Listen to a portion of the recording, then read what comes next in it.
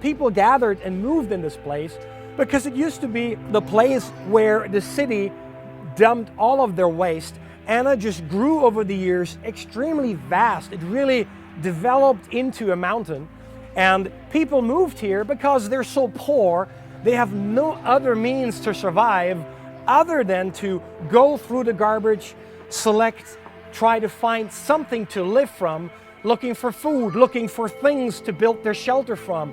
And so this became like a magnet for really thousands of people within the city that had no other opportunity to find a living for themselves. And so as the trucks were coming, they were running after the trucks, trying to collect and trying to go through, hoping to find something livable for themselves. And that's really why over the years, thousands of families have started moving here.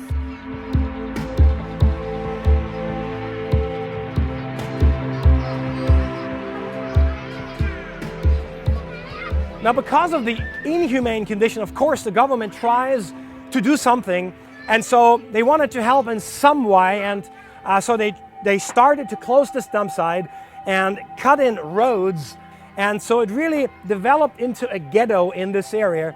But there was no other place for the government to put the people, and then built these ghetto-like cement block housing right in the middle of this garbage place. Families now, of course, moved in, but if you've never learned to live your life somehow decent, very quickly, even the places deteriorate very quickly, and most of the housing are old, falling apart. And so even though you have these developments that tries to be ongoing for the people, still a lot of people don't have enough access to these buildings, don't have enough access to these rooms, and still living conditions are poor, mostly no water, no sanitary facilities, even within these blocks, and even if they have provisions, but there's no water that the city brings in.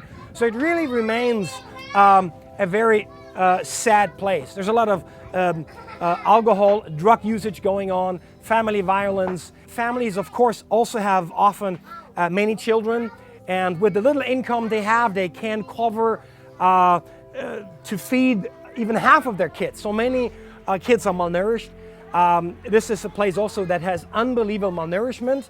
In fact, that's also one of the reasons why we maintain a malnourished daycare center just right off the mountain, just really a walking distance from here, where we have children come into our center and we take care of them throughout the whole week and provide food for them. We shelter them, we wash them, we take care of them as much as we can to provide a little bit decency and cleanliness and hygiene for the kids living in this place. But it's by far not enough what is being done, and really more things need to be done for these families who live here, and especially for the children, to have really an improved life.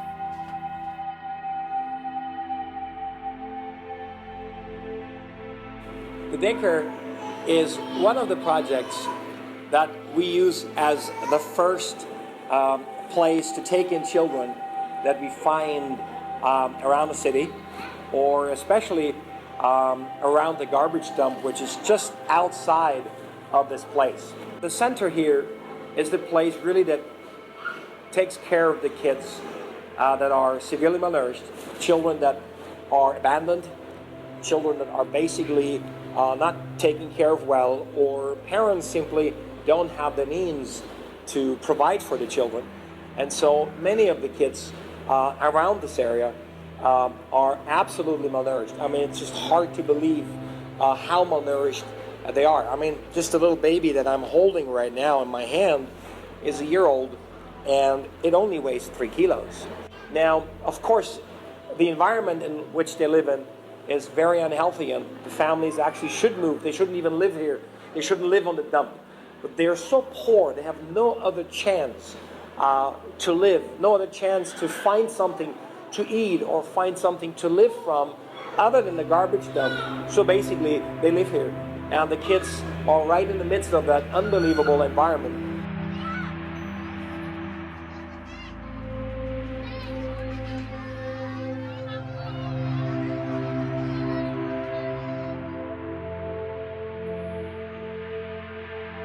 So having the parents sign a surrender form to give these children to us man opens a total new life for these kids. I mean, that's right now a totally new hope has just opened up for this kid.